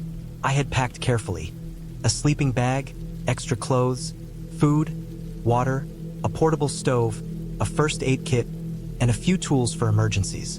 I even brought a small hatchet and a folding shovel just in case. I knew how dangerous the woods could be if I was careless, and I intended to be cautious. The first day started well. I arrived at the forest entrance in the early morning, parked my car, and slung my backpack over my shoulders. The trail was narrow, lined with thick trees, with sunlight streaming through the gaps in the leaves. I hiked slowly, taking in the smell of wet earth and the sound of wind moving through the branches. Occasionally, I spotted small animals: a rabbit darting into the underbrush, a deer grazing at a distance, birds hopping from branch to branch. Everything felt calm, familiar. I followed the trail for several hours, stopping occasionally to drink water and rest, until I found a clearing that I thought would be perfect for setting up my camp. It was flat, bordered by dense trees, with a small creek nearby. The sound of running water was soothing, and the clearing offered enough space for my tent and a small fire pit I planned to dig. Setting up the tent took longer than I expected, mostly because I was trying to be precise, making sure it was stable and level. I laid out my sleeping bag, unpacked my food, and arranged my gear. By mid-afternoon, everything was in place. I had a small pile of firewood collected near the creek, and I started a small fire as the sun began to drop in the sky. I cooked some pasta over the flames and ate quietly, listening to the forest around me. Birds were settling in for the night, insects were buzzing softly, and the occasional splash of water from the creek echoed in the distance. Everything seemed perfect. I even thought I could hear the wind through the trees as a kind of lullaby. As night fell, I noticed how much darker it became so quickly. The canopy above was dense, and the last rays of sunlight disappeared behind the trees. I had a small flashlight, but I didn't want to rely on it unless I had to. I thought about how peaceful it was, the forest alive but quiet, everything moving in ways I couldn't see but could sense.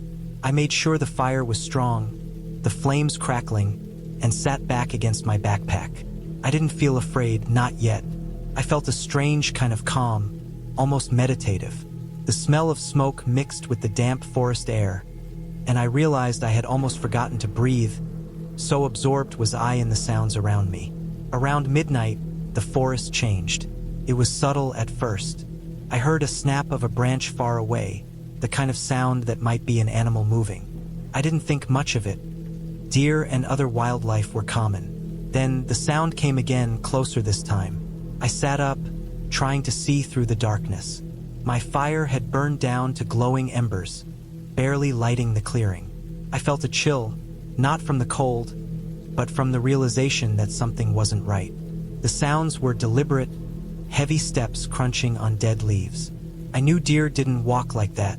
My heart started to race, but I forced myself to stay calm. I reached for my flashlight, but I stopped. If it was just an animal, I didn't want to scare it, and if it wasn't, I didn't want to give away my position. The steps stopped suddenly, but then I heard something else.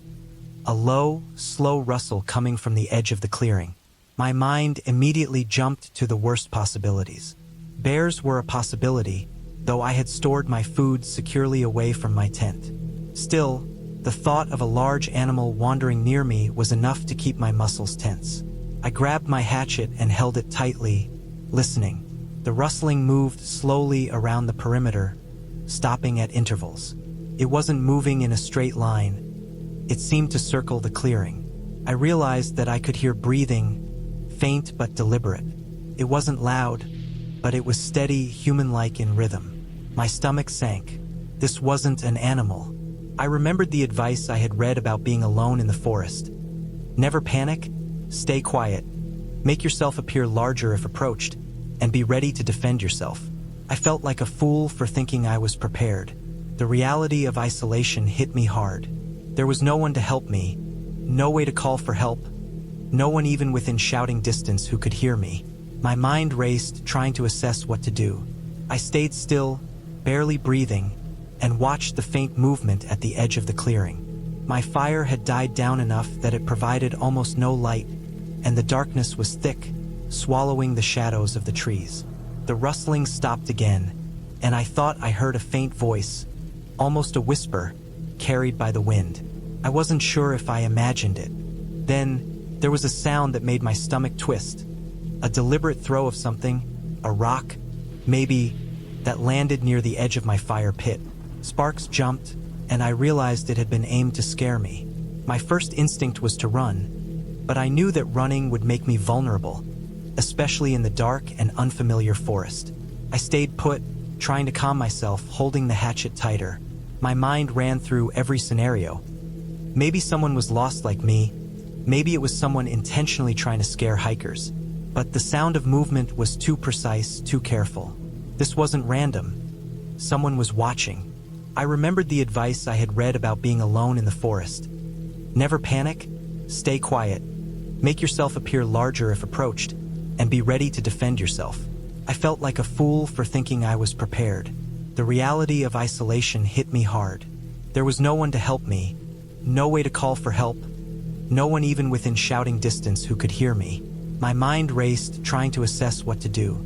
I stayed still, barely breathing, and watched the faint movement at the edge of the clearing.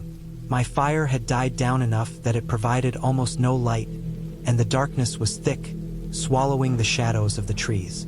The rustling stopped again, and I thought I heard a faint voice, almost a whisper, carried by the wind.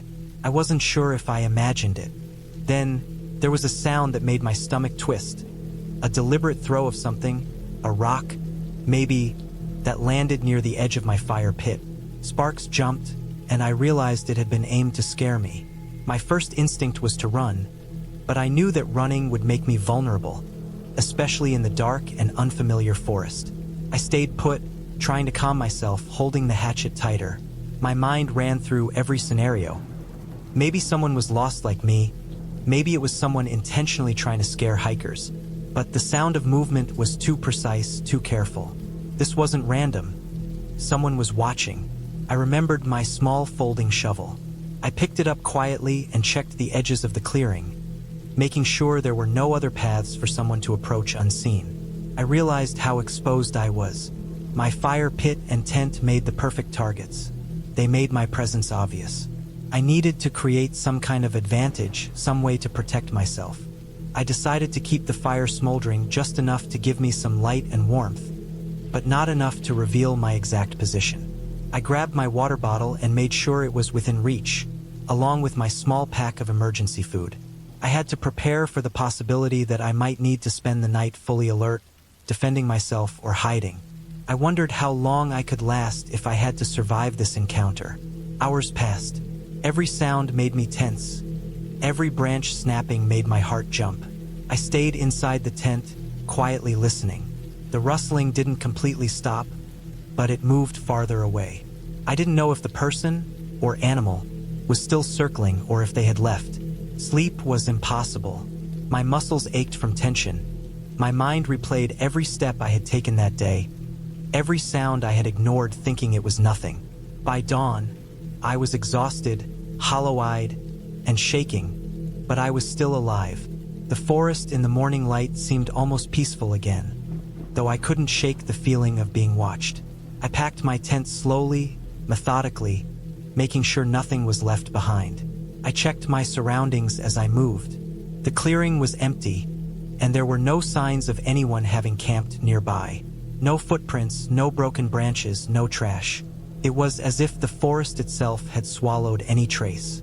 I walked along the trail slowly, keeping my eyes open for anything unusual. The sunlight made shadows less threatening, but I still felt a deep unease.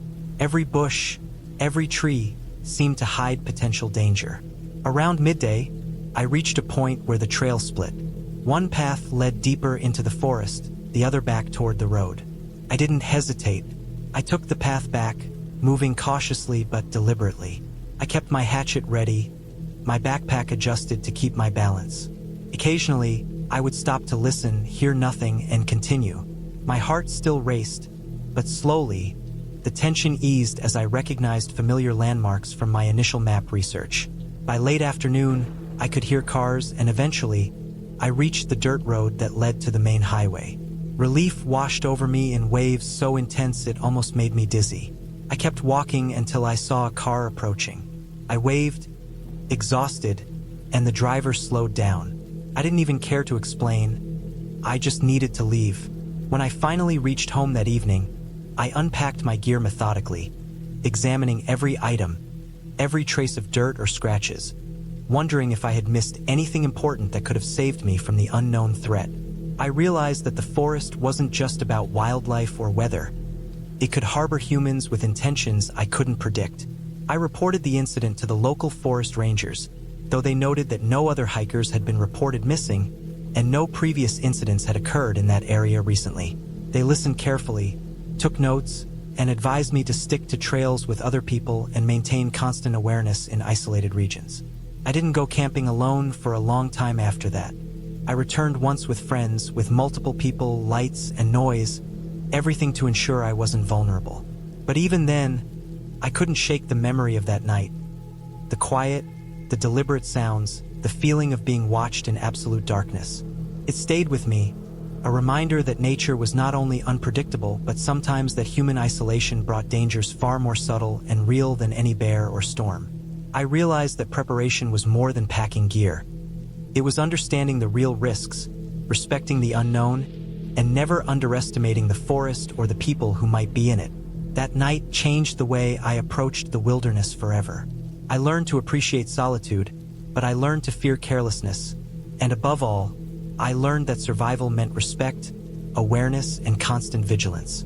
Even now, years later, I can close my eyes and hear the faint rustle at the edge of that clearing, and my pulse quickens, not from imagination, but from memory. I know what it feels like to be completely alone, completely exposed, and completely unsure if I can trust the silence around me. And I know that night could have ended very differently if I hadn't stayed calm, prepared, and alert. That knowledge keeps me alive in the forest, even when the road seems long and the path uncertain.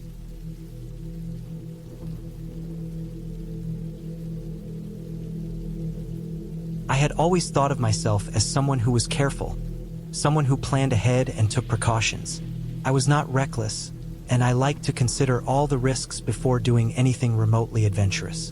But that weekend, I had decided to go camping alone in a remote area, thinking it would be a good way to disconnect from everything, to clear my mind, to just exist without distractions.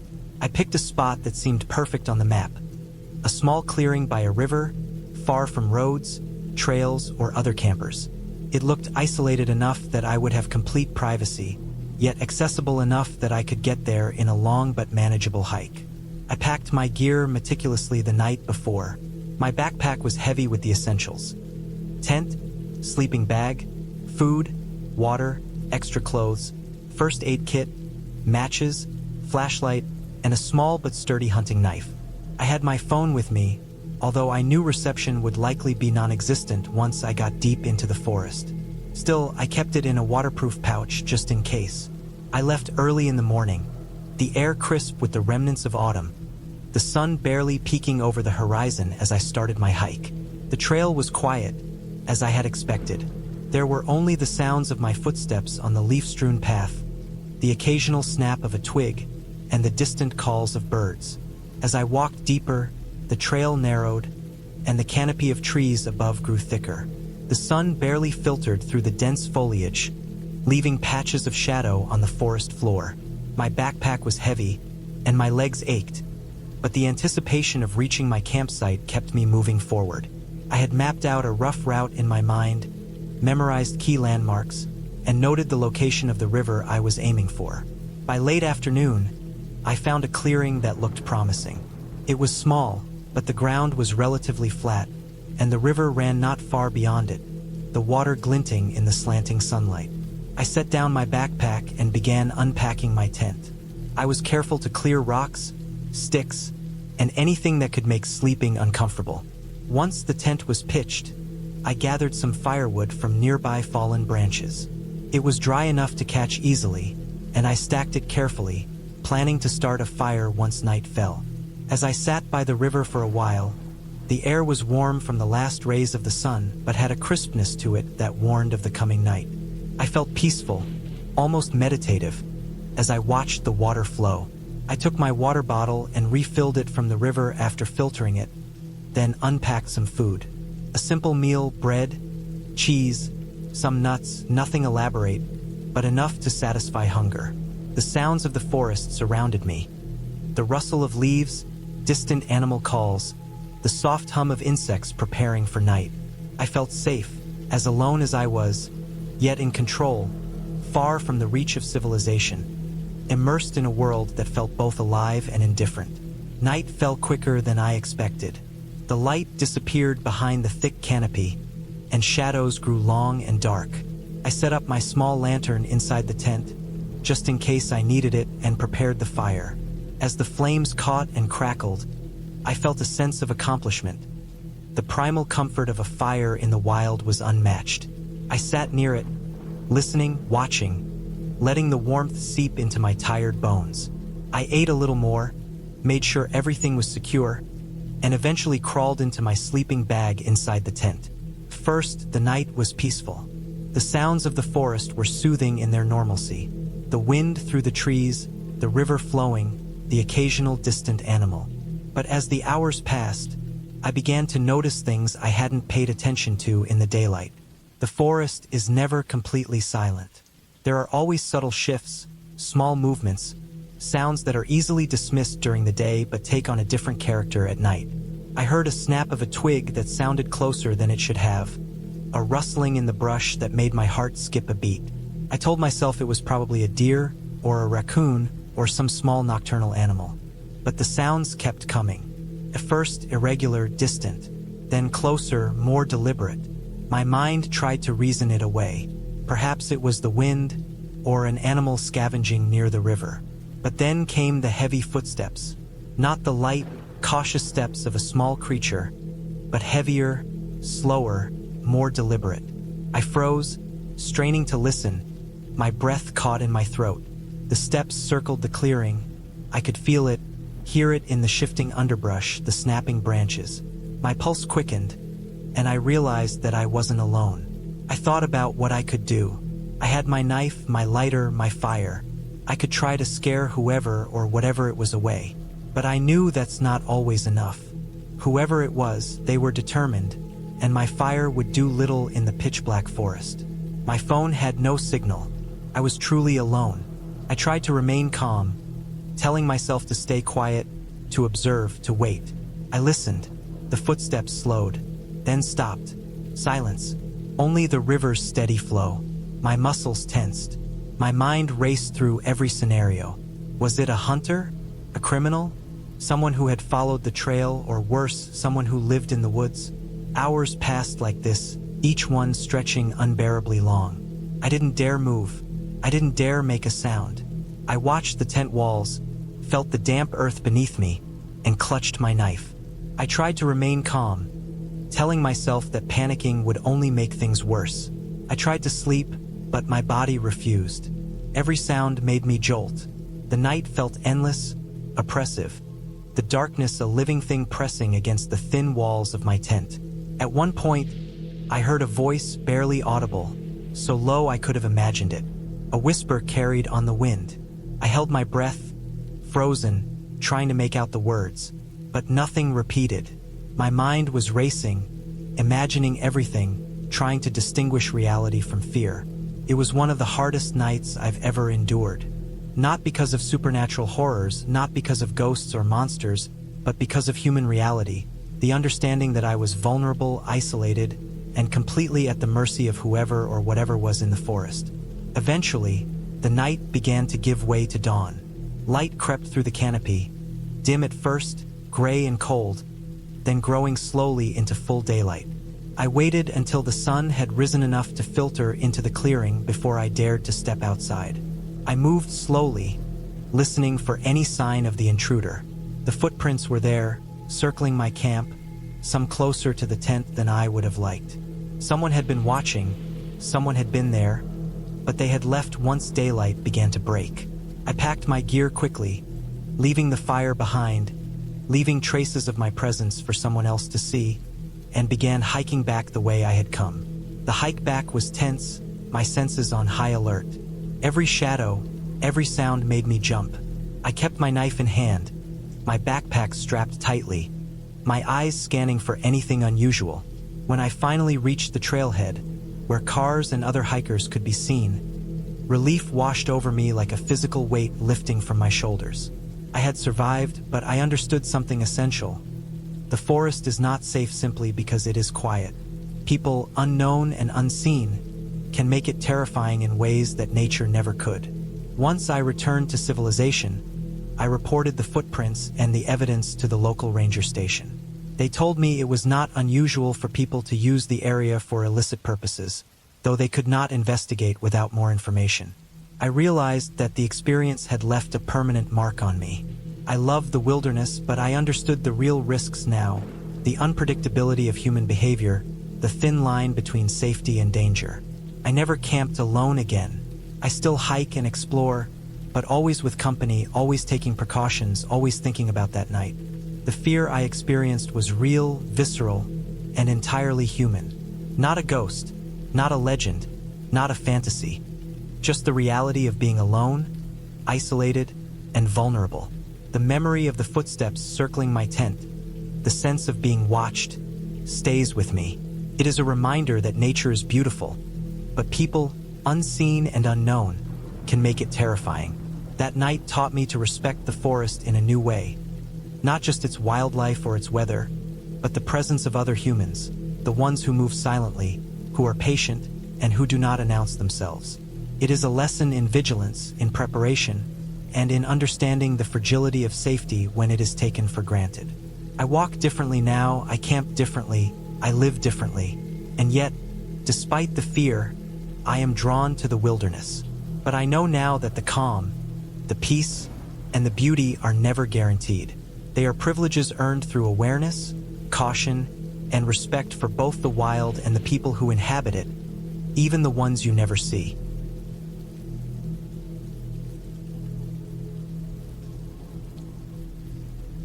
I had been planning this camping trip for months. The idea was simple: escape the city, leave behind the constant noise, and spend a few days alone in the forest.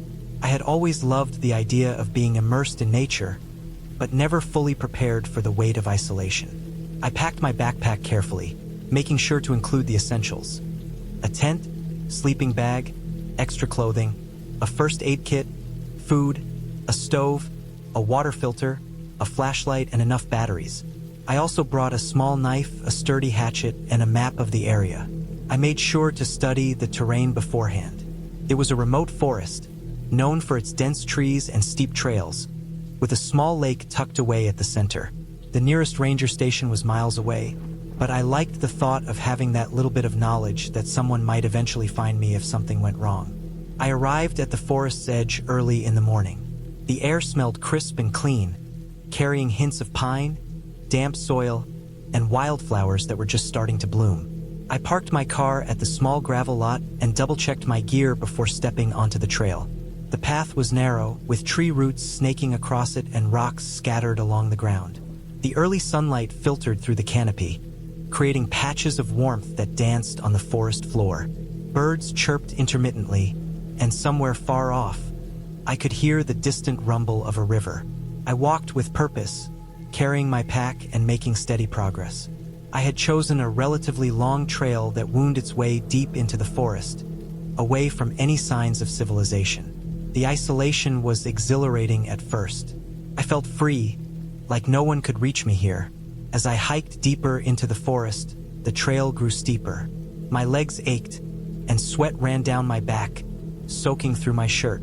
Every so often, I stopped to catch my breath, to admire the way sunlight streaked through the trees, and to listen. There was a subtle shift in the sounds of the forest as I moved further away from the trailhead.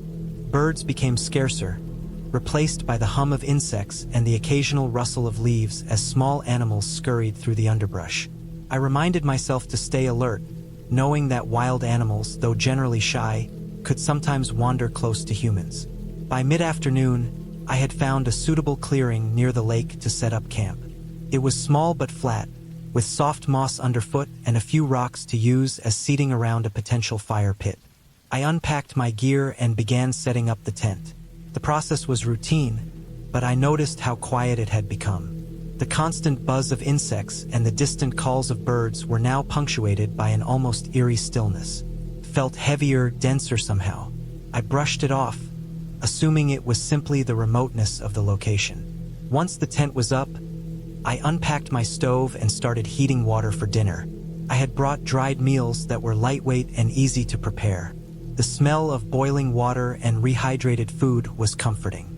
As I ate, I scanned the surrounding trees, noting the way shadows stretched across the ground as the sun dipped lower. I had always been sensitive to the sounds and movements of the forest, and tonight, every snap of a twig or rustle of leaves made me pause. I reminded myself to stay calm, to rationalize the noises as likely being small animals or the wind. After dinner, I built a small fire near the tent. The flames flickered, casting shadows on the surrounding trees. The forest at night was a different world. Every sound was amplified. The crack of a branch, the rustle of leaves, the distant splash of water. I kept the fire small but steady, knowing it would provide both warmth and a sense of security. I sat close, wrapped in my jacket, and let my mind wander, appreciating the solitude. But there was an undercurrent of unease I couldn't quite shake. Around midnight, a sudden noise jolted me upright. It was a series of sharp snaps, like heavy footsteps, coming from somewhere just beyond the clearing. My heart pounded, and I gripped my knife tightly. The noise stopped as abruptly as it had started. I strained my ears, listening for any repeat, but all I could hear was my own breathing and the occasional rustle of leaves. I tried to rationalize it. Maybe a deer, maybe a raccoon, but the weight of isolation made it feel threatening. I went to the edge of the clearing, shining my flashlight into the darkness, but I saw nothing. The forest seemed endless, a wall of shadows that stretched far beyond my vision. Sleep was impossible. Every sound made me tense. The wind picked up, causing branches to sway and leaves to rustle with a louder than usual intensity. My fire had dimmed to embers, and I constantly poked at it to keep it alive. Hours passed like this, each one stretching into an eternity. I began to feel the pressure of being completely alone. I had thought I was prepared for solitude, but the reality was harsher than I had imagined. The human mind is not meant to be alone in the dark for so long, with only the occasional sound of the wild for company. Then, as the first hints of dawn began to pierce the treetops, I heard it again. Footsteps, but this time closer, deliberate, crunching over dry leaves and twigs. My heart froze. Whoever or whatever it was had stopped at the edge of the clearing. I remained completely still, barely daring to breathe. My survival instincts screamed at me to remain calm, to assess the situation logically. If it was an animal, I needed to avoid provoking it. If it was a human, I needed to be prepared to defend myself. I grabbed my flashlight and shone it into the darkness. At first, I saw nothing, just the dense underbrush and shadowy trees. Then, a movement, a large shape darting behind a tree. I froze again, realizing that the forest wasn't empty. The noise was too heavy, the movements too purposeful, to belong to any ordinary animal. Panic set in. I had never been in a situation where my safety felt genuinely threatened. I considered packing up and hiking out immediately, but I was deep in the forest, and moving quickly without knowing the terrain was dangerous. I spent the next hour quietly observing, keeping the fire between myself and the edge of the clearing, listening to every sound. Eventually, the footsteps retreated, fading into the distance. My body remained tense long after the noise had stopped.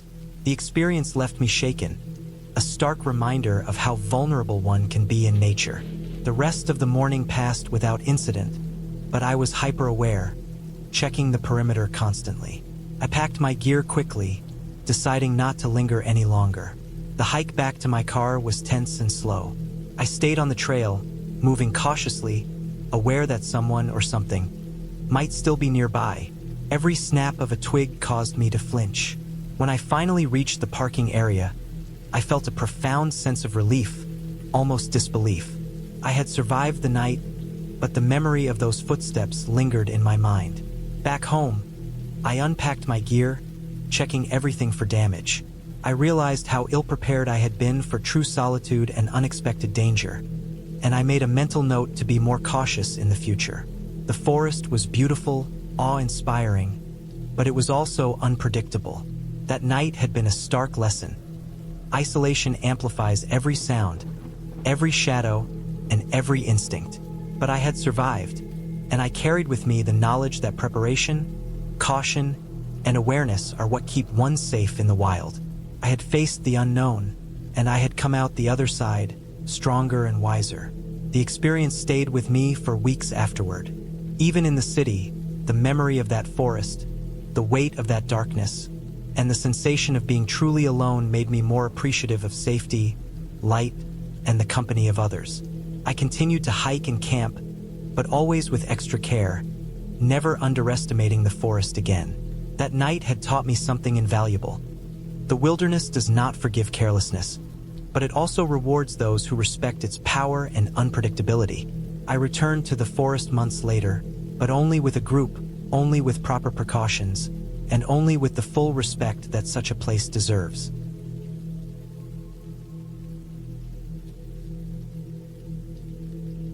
I had planned the trip for months, carefully mapping out every detail.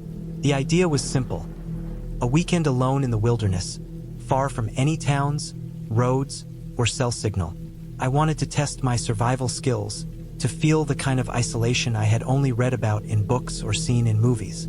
The map I had marked showed a dense forest area with a lake roughly 10 miles from the nearest road. I had a small backpack with a tent, sleeping bag, basic food supplies, water, a portable stove, and some survival gear. I had planned to hike to a clearing near the lake and camp there for 2 nights, and then hike back before the weekend ended. The solitude excited me. I thought I was prepared for anything. The first day of the hike was uneventful, almost idyllic. The forest was quiet in a way that felt alive, with the rustle of leaves under my boots and the occasional bird call echoing through the tall pine trees. The sun filtered through the canopy in scattered beams, lighting up patches of moss and undergrowth. I moved carefully, keeping to the trails on my map and checking landmarks regularly. Every so often, I paused to drink water or adjust my pack, and I made mental notes of interesting natural formations, thinking I would photograph them later. By mid-afternoon, I reached a small stream that was not on the map. I decided to follow it briefly, curious to see where it led. It wound through the trees like a narrow silver ribbon, disappearing into a thicker part of the forest. The air smelled fresh and earthy, tinged with the dampness of moss and pine needles. As the afternoon waned into evening, I realized the clearing I had planned to camp in was still a mile or so ahead. The trail became narrower, and the trees grew denser, the undergrowth thicker. I was still confident, still moving briskly. That confidence started to falter slightly when I noticed broken branches and deep claw marks on the trunks of trees along the path. They were scattered and irregular, like some large animal had passed through, but I hadn't seen any signs of humans. My heart picked up, but I told myself it was probably a bear or a large deer. I knew bears were common in this area, and I had brought bear spray and had hung my food in a bag off a high branch for safety. Night fell faster than I expected. By the time I reached the clearing, the sun was a fading orange glow behind the tree line. I set up my tent as quickly as I could, shaking off the feeling of unease that had been creeping in during the last hour of hiking. The clearing itself was small, barely large enough for my tent and a small area for a fire. The ground was firm but slightly damp, with pine needles and small rocks. I made a fire using kindling I had collected along the trail. Sparks flew into the air, and I felt a small wave of relief as the fire roared to life. The warmth of the flames and the smell of burning would brought a sense of normalcy. I cooked my dinner, ate slowly, and cleaned up before storing all food securely in my backpack. The first night was quiet, at least at first. I lay in my sleeping bag, listening to the forest sounds, feeling both isolated and strangely at peace. Then I heard it, a low, guttural growl, distant but unmistakable. My body stiffened. I told myself it was probably a bear moving through the trees far from my camp. I checked my bear spray and flashlight and I strained my ears. The growl was followed by rustling, snapping twigs, and the crunch of heavy steps. The sounds were methodical, moving closer, circling the clearing. I felt my stomach tighten. I knew bears were nocturnal and curious, but this felt different. It didn't sound like an animal simply passing through. I unzipped the tent slowly, peering out without making sudden movements. The darkness beyond the firelight was thick, almost impenetrable. Hours passed with only the occasional rustle. I tried to sleep, but every snap of a twig made my heart race. I stayed awake most of the night, flashlight at hand, fire still burning, scanning the edges of the clearing. Dawn brought relief and light. The forest seemed peaceful again, almost normal. I packed up slowly, determined to keep moving, to reach a more open space near the lake. I didn't want to stay in that clearing another night. By the second day, the unease hadn't left me. The trail grew steeper, the underbrush thicker, and I started noticing other signs that made me increasingly uncomfortable. Footprints, large, heavy, human-like, appeared along the side of the trail. They were not my own, and some were fresh. The prints were spaced widely, suggesting someone moving quickly, perhaps jogging or running. Panic tried to rise, but I forced myself to remain calm. Maybe it was a hunter, I told myself, someone familiar with the forest. I reached the lake by late afternoon. It was more beautiful than I imagined. A clear, still body of water surrounded by trees, reflecting the sky like glass. I set up camp on the sandy edge, grateful for the open space. The tent was pitched, the fire started, and I tried to shake off the fear from the previous night. I spent the day fishing, collecting firewood, and just watching the lake, trying to enjoy the solitude. But even in the middle of daylight, the footprints still haunted me. Some circled near the edge of the lake, partially hidden under leaves. I didn't see anyone, but I couldn't shake the feeling of being watched. The second night was worse than the first. Around midnight, while half asleep in my tent, I heard heavy breathing. Not animal breathing. It was slow, deliberate, and close. My eyes shot open. The fire was low, flickering in the breeze, barely illuminating the clearing. I froze, unsure of what to do. I listened. The breathing stopped, then resumed, moving around my tent. Every instinct screamed at me to flee, but my pack, tent, and fire made escape slow and noisy. I grabbed my flashlight and my knife, preparing for the worst. I didn't want to think about who or what it could be, only that I had to be ready. I waited. Hours passed, or maybe minutes. Couldn't tell. Every sound, every rustle of leaves, made my heart pound. At one point, I thought I heard a branch snap directly above me, and I pressed flat to the tent floor. The person or animal was moving closer. I remembered the survival tips I had read. Remain calm, make yourself appear bigger, make noise. But inside a tent, alone, with only a flashlight and knife, none of those tactics seemed viable.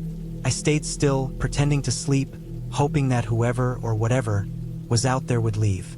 Finally, just before dawn, the sound stopped. I waited, motionless, until the first light crept through the trees. Slowly, cautiously, I unzipped the tent and peered outside. No one was there. No footprints had appeared in the night. I tried to convince myself it had been a bear, a wild animal curious about the fire, but the breathing, slow and deliberate, had sounded too human. Every hair on my body was on end. I packed up as fast as I could, eager to leave. The hike back was tense. I kept my head on a swivel, flashlight ready for any sudden movement, knife at hand. Every broken branch, every hollow sound in the distance, made my nerves tighter. The forest, which had seemed calm on the first day, now felt like a trap. I pressed on, focusing only on the trail, marking landmarks to ensure I didn't get lost. By the time I reached the road 3 hours later, I was exhausted, sweaty, and trembling. A car passed by, and I ran toward it, waving frantically. The driver stopped, and I explained, briefly, that I had been camping alone and had seen signs of someone following me. They nodded, called the local ranger, and gave me a ride back to town. After that weekend, I never camped alone in dense forests again. I always traveled in groups, kept my phone fully charged, and avoided trails that were too remote. I reported the footprints and the unusual night sounds to the ranger, who suggested it could have been a hunter, a hiker, or someone trespassing. They assured me that attacks on solo campers were rare, but the memory of that second night, the deliberate breathing outside my tent, never left me.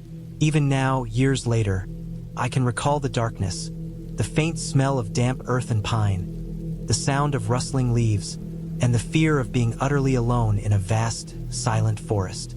The trip taught me the limits of preparedness. I had planned meticulously, brought the right gear, and knew survival techniques.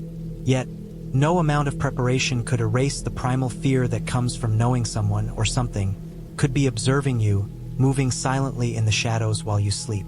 That fear is real, and it lingers long after the fire dies and the trail ends. Even now, when I walk in a city park or a familiar trail, I notice the shadows differently. I hear the wind in the trees differently, and I remember, in the back of my mind, the weight of a presence I couldn't see, circling my camp, reminding me that even the best prepared person can feel utterly vulnerable when alone in the wilderness.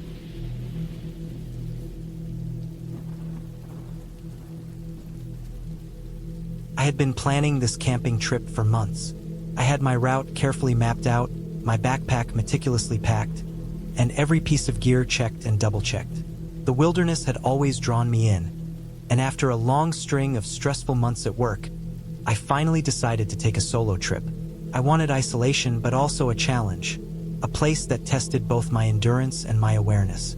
I chose a remote stretch of forest far from roads, far from towns, a place I had never visited before, where cell reception was non-existent. It was perfect, or so I thought. I arrived in the late afternoon, when the sun was still high enough to give the forest a warm, golden glow. The first thing I noticed was the stillness.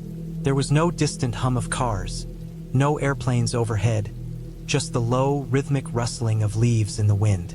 The smell was different, too damp earth, pine, moss, and the faint metallic scent of old soil. I hiked for hours along the narrow dirt trail, my boots crunching over fallen twigs and leaves.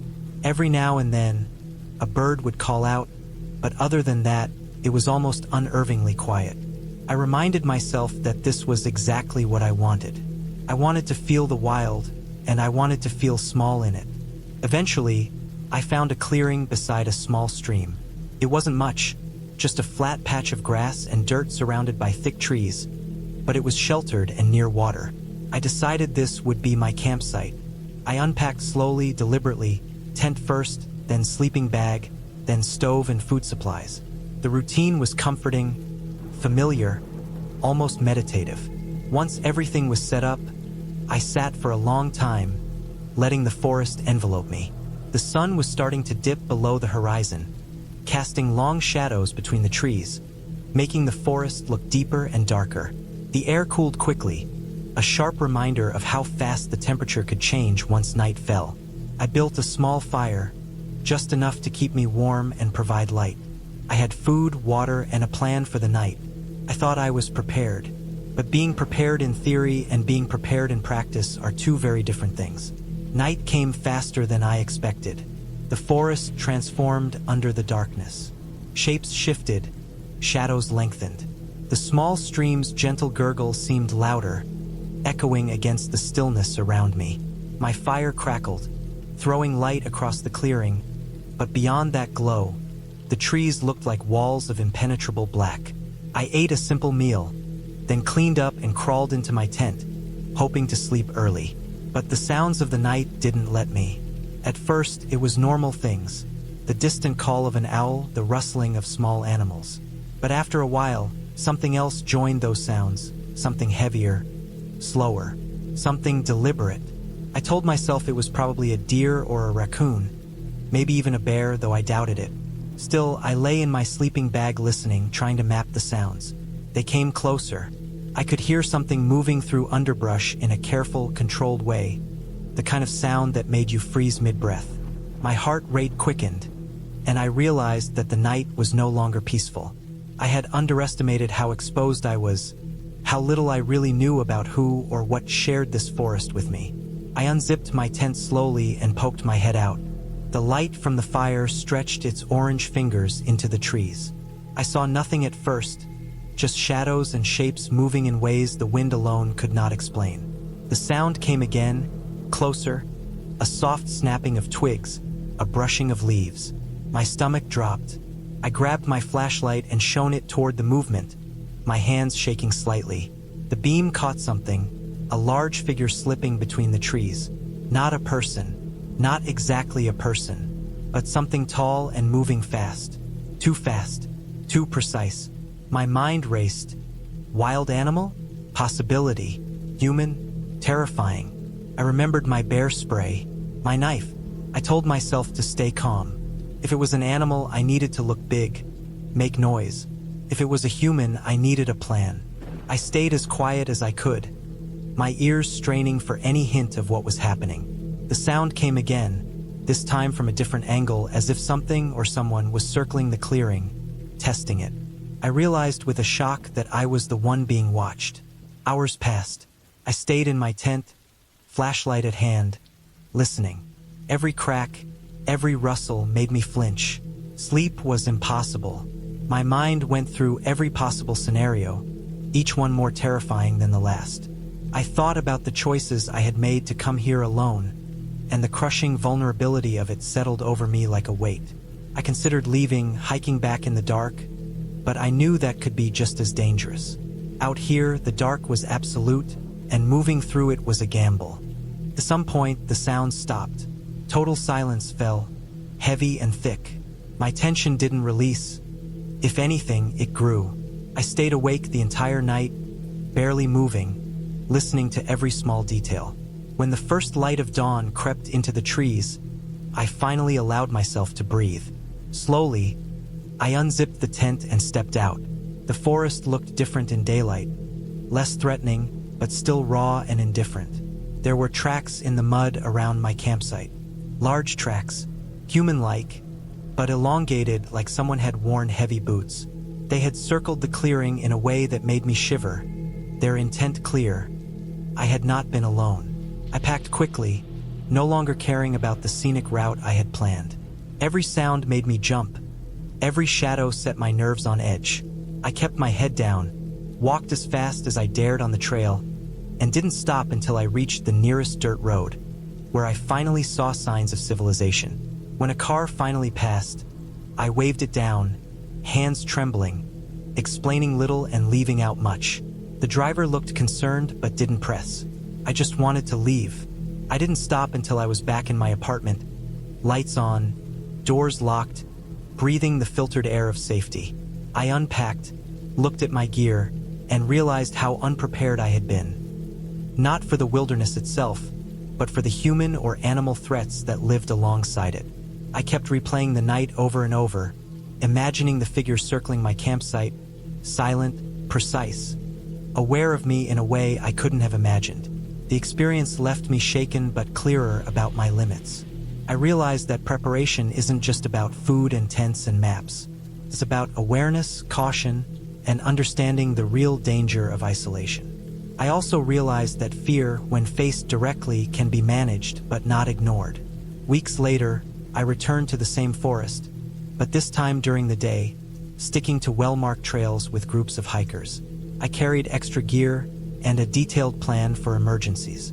I never returned to that exact clearing. I didn't want to, but I kept my memories of that night close, as a reminder of the line between adventure and recklessness, and of the thin barrier that separates safety from the very real threats of the wild. I told myself that what had happened wasn't a story I would brag about or retell casually. It was a memory to respect, and it had taught me something essential. The wilderness is not inherently kind. It is indifferent, unforgiving, and often terrifying in ways that leave marks long after you have left. The forest is vast, the people in it unpredictable, and the dark is absolute. But I had survived.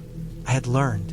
And that survival, careful, deliberate, and conscious, was worth everything.